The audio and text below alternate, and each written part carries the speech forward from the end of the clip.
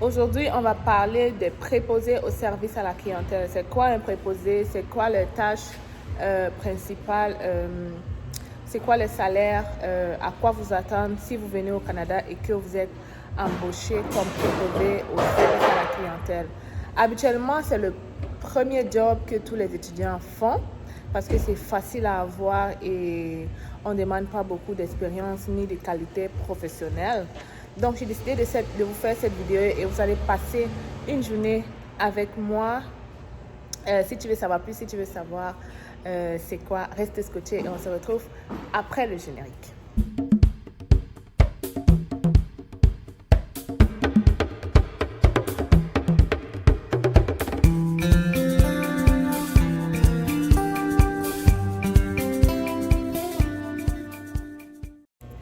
Coucou les futurs Canadiens, j'espère que vous allez très bien. Alors aujourd'hui, on va faire cette vidéo sur les préposés au service à la clientèle au Canada, ok? Alors pour ceux qui ne me connaissent pas, je vais me présenter. Je suis Stell Difac, je suis arrivée au Canada, ça fait déjà 7 ans. Je suis venue comme étudiante et aujourd'hui, je suis résidente permanente. J'ai donc créé la chaîne C'est Facile pour te permettre à toi aussi de réaliser ton rêve canadien. Donc dans cette chaîne, on parle de l'immigration Canada, comme j'ai dit, mais aussi de l'entrepreneuriat et de l'investissement au Canada. Tout récemment, j'ai fait une vidéo pour te parler de mes 11 réalisations au Canada en seulement 6 ans. Je l'ai faite pour te permettre de comprendre que toi aussi, tu peux le faire, ok? Ce n'est pas de la magie, juste du travail, ok? Alors, si tu aimes la vidéo, si tu aimes ce que je fais, n'oublie pas de me laisser un pouce j'aime. Abonne-toi et surtout partage pour que de nombreuses personnes soient au courant du Canada et qu'ils soient édifiés comme toi aussi. Alors aujourd'hui, vous allez passer une journée avec moi. Je suis, devinez, regardez, devinez par vous-même. J'ai déjà fait une vidéo, mais c'était à l'extérieur. Alors aujourd'hui, je suis au garage de mon mari. Très prochainement, vous aurez l'occasion d'écouter son parcours. Mais brièvement, mon mari est arrivé au Canada, ça fait déjà 7 ans comme moi. Il est arrivé en... d'ailleurs, le travail m'appelle, ok? Restez scotchés. C'est d'ailleurs de ça qu'on va parler, alors ça commence maintenant. Kater, mon frère, bonjour.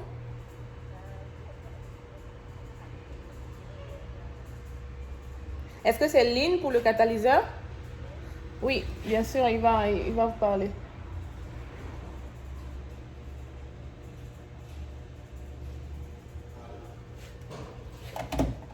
Alors, c'est ça, vous avez vu, ça commence maintenant. Je n'ai pas coupé la vidéo pour que vous voyez exactement. Alors, je disais, mon mari est arrivé au Canada en janvier 2014. Moi, je suis venue en septembre 2014. Fait qu'on est arrivé presque au même moment. Il a créé l'entreprise KTL Silencieux Mofleur. Ça fait déjà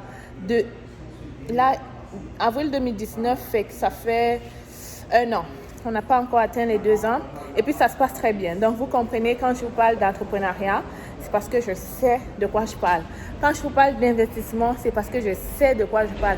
Et quand je vous parle d'immigration au Canada, c'est parce que je sais, parce que tous ces secteurs, je les touche de mes propres expériences, alors je les fais. Alors, je pense que si vous écoutez vraiment mes vidéos et que vous suivez à la lettre ce que je vous dis, vous allez très prochainement et très rapidement réaliser votre rêve canadien. Alors, on est dans son garage de KTL Silencieux Mofleur. Il fait de la réparation, de l'installation et de la modification des systèmes d'échappement. En Afrique, on parle de tube d'échappement. Il fait de la soudure. Alors, vous comprenez pourquoi tout le temps je parle de la soudure, ok? Parce qu'on n'aurait jamais pensé, quand il est allé à la formation faire la soudure, je ne pense pas qu'il aurait pensé qu'il pouvait faire un si grand business, mais aujourd'hui, il fait et ça se passe très bien pour lui quand même. Alors, quand je vous parle de soudure et d'entrepreneuriat au Canada, c'est parce que je sais que vous pouvez le faire, ok? Aujourd'hui, donc, vous allez passer une journée avec moi. De temps en temps, quand j'ai le temps, je viens comme ça l'aider. Sinon, il a un employé, mais l'employé n'est pas encore arrivé. Alors, j'ai décidé de faire cette vidéo j'ai juste pensé comme ça, pour vous montrer à quoi ça ressemble le poste de préposé au service à la clientèle. Ce que vous allez voir aujourd'hui, c'est ce qui se passe dans la plupart des entreprises au Canada si vous êtes embauché comme préposé au service à la clientèle. C'est quoi préposé? C'est en fait Au Cameroun, en Afrique, on parle de caissière, ok? C'est la personne qui reçoit les clients, comme vous avez vu tantôt. C'est la personne qui décroche les appels, qui prend les rendez-vous. C'est la personne qui gère le carnet du propriétaire. C'est la personne qui nettoie. C'est la personne... Bref, c'est un peu ça en gros. C'est un peu le travail de caissière, mais avec un accent poussé au service à la clientèle. C'est-à-dire, vous devez toujours être souriant. Vous devez toujours être accueillant. Vous devez montrer l'image de l'entreprise parce que c'est vous qui représentez l'image de l'entreprise. Alors, vous devez être très accueillant et très souriant. Même si la tête de quelqu'un t'énerve, tu dois rester souriant parce que c'est ton travail. Donc, quand je suis arrivée au Canada, j'ai fait 3 ans comme préposé de service à la clientèle dans une station de service. Et je devais gérer la caisse, je devais ranger les produits, je devais nettoyer... avec la mop et tout, je devais classer les trucs. Donc, en fait, c'est ça. Aujourd'hui, vous allez voir la même chose que j'ai fait il y a 3 ans. Juste que ici, je suis dans un garage. Mais c'est la même chose partout dans les magasins, c'est la même chose partout dans les magasins, dans les pharmacies. Bref, c'est le premier job que tu vas avoir quand tu vas arriver au Canada. Alors, je t'invite à regarder la vidéo attentivement si tu veux vraiment réussir ton immigration et réussir ton premier job au Canada. Regarde ceci et je pense que tu ne seras pas déçu. On va se mettre en tenue de combat et vous allez voir.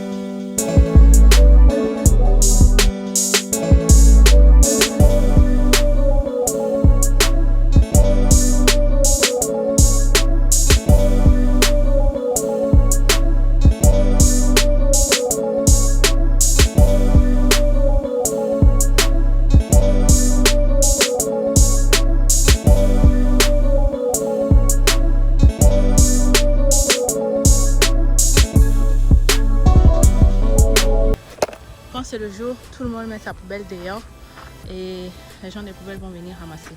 Je pense que c'est la même chose en Afrique, hein. Exact comme chez nous au Cameroun. Ici, ils passent les mardis. Donc là, j'ai mis les poubelles, je vais verser ça dedans. Alors, ce que vous avez vu là, comme je le disais, c'est comme ça que le préposé au service à la clientèle se passe. Là, je suis dans un garage, mais si vous travaillez dans les stations de service comme je le faisais, c'est la même chose. Il faut nettoyer la salle et tout. Donc, c'est à peu près la même chose quand je nettoyais le garage. Là, je vais vous montrer comment utiliser une mop. Ouais, parce que je vais nettoyer là maintenant la salle d'attente. Alors, on s'en va pour la deuxième partie. On y va. Alors, avant d'aller nettoyer la salle, je vais discuter un peu avec vous de ce métier-là. Je pense qu'il est payé le plus souvent salaire minimum. Alors, il est payé le plus souvent salaire minimum. En ce moment, au Québec, c'est de 13,50 $. Si je ne me trompe pas, mais je pense que oui.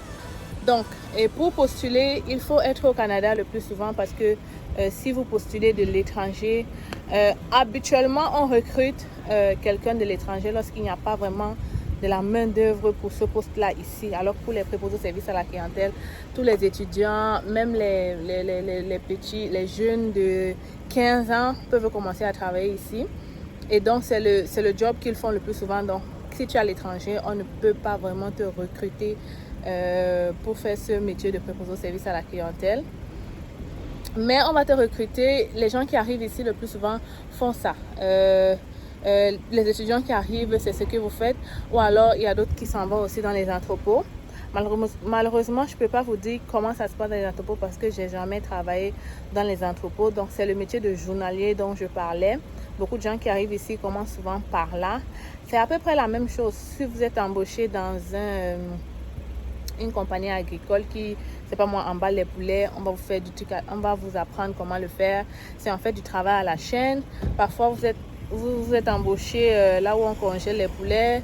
En fait, c'est parfois difficile pour certains que d'autres. Ça veut dire que moi, j'ai peut-être eu la chance de travailler juste comme préposé au service à la clientèle, mais il y a d'autres qui doivent aller travailler dans les entrepôts et qui doivent travailler plus dur, c'est-à-dire le travail est beaucoup plus physique, où tu n'as pas parfois droit aux pauses, ou alors c'est beaucoup plus difficile dans les entrepôts. Donc, je vous conseille, si vous le pouvez, quand vous venez chercher, préposer au service à la clientèle, si vous ne trouvez pas là, vous pouvez aller dans les entrepôts. Donc, pour ceux qui sont ici, qui veulent postuler pour ces jobs, moi, j'avais trouvé le mien dans Emploi Québec. Donc, vous allez vous créer votre compte et il y a beaucoup de jobs pour étudiants, beaucoup de jobs pour des jeunes là-bas, pour des stagiaires. Même si tu cherches un stage, tu peux trouver à Emploi Québec. Donc, c'est comme ça que j'avais trouvé le mien. Sinon, vous avez tous les sites d'emploi que j'ai mis là, Job Illico, Indeed, même sur Kijiji. Il y a beaucoup, Marketplace, il y a beaucoup de sites. J'ai mis les 5 sites que je pense que vous pouvez trouver dans la barre de description. Donc, allez-y regarder si vous êtes au Canada et que vous cherchez préposé au service à la clientèle. C'est quand même un job assez bien. Là, vous avez une flexibilité. Vous pouvez travailler à temps partiel. Comme moi, je faisais 20 heures. Ils acceptent souvent de jouer avec les heures, c'est-à-dire ils vont te permettre de commencer à 17 heures ou de commencer à 15 heures. Donc, dépendamment de ton emploi de temps à l'école, tu peux facilement faire ce travail. Moi, je l'ai fait pendant 3 ans et j'étais tellement familier avec on les appelle comment? Le superviseur, que vraiment je pouvais changer mes heures comme je voulais. Et je pense que vous aussi, vous pouvez le faire. Donc, on va aller nettoyer la salle d'attente, comme je disais. Et puis, ça, c'est vraiment pour vous montrer à quoi ça ressemble la réalité, la vraie vie au Canada. Pour que vous veniez, quand vous allez venir ici, vous ne soyez pas surpris. Quand vous allez venir comme étudiant, vous savez déjà ce que vous devez faire. Chercher un travail, même si c'est juste 10 heures, 5 heures, ce n'est pas mauvais. Même si votre papa vous envoie tout l'argent qu'il faut. Avoir un petit job, ça fait du bien, ok?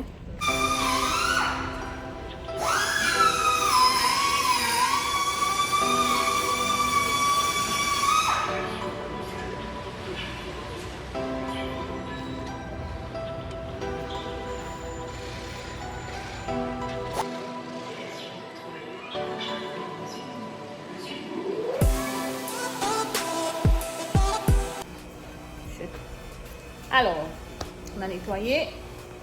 Tout est beau, tout est propre. C'est pas fini. Il faut essuyer. Vous voyez? C'est comme ça toute la journée.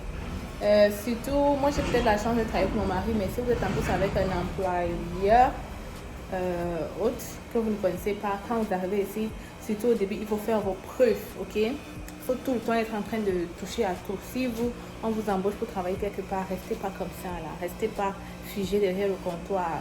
Sortez, nettoyez, enlevez la poussière, rangez les produits. Faites quelque chose en fait. Ne restez pas derrière le comptoir à attendre les clients. Ce n'est pas du tout bien vu. Et en plus, quand vous travaillez comme ça, le temps passe plus vite, ok?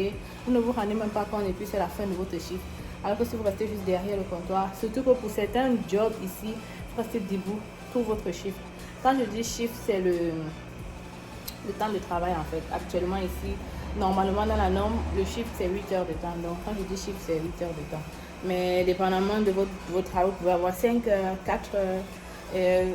Pour des préposés au service à la clientèle, il faut rester debout. C'est vrai que ça dépend. Peut-être si vous êtes caissière, un truc. Mais moi, en station de service, c'est debout toute la journée. Donc, c'est ça. Il suffit de nettoyer. Là, je vais nettoyer ça. Je vais nettoyer le comptoir et un peu là où il y a de l'eau et tout. Donc, nous, on a tenu à ce que le garage de mon mari ait une salle d'attente. C'est notre deuxième avantage concurrentiel. On essaie vraiment de mettre le client à l'aise. Et je vous invite à faire de même si vous avez si vous avez un business, essayez toujours de rendre le client roi, ok? Essayez de le faire sentir comme s'il était chez lui, comme s'il était bien. qui ne sentent pas, même s'ils dépensent beaucoup d'argent. Ok, donc c'est le but. Notre salle d'attente, il a essayé vraiment de mettre ça très beau. Très prochainement, il va acheter une télé et tout. Donc c'est juste pour vous montrer en fait à quoi vous attendre. Je vais faire une vidéo avec lui. Il va vous expliquer comment il a fait, comment il a fait pour ouvrir, qu'est-ce qu'il a amené à ouvrir. Ok, donc je ne vais pas tout dire ici.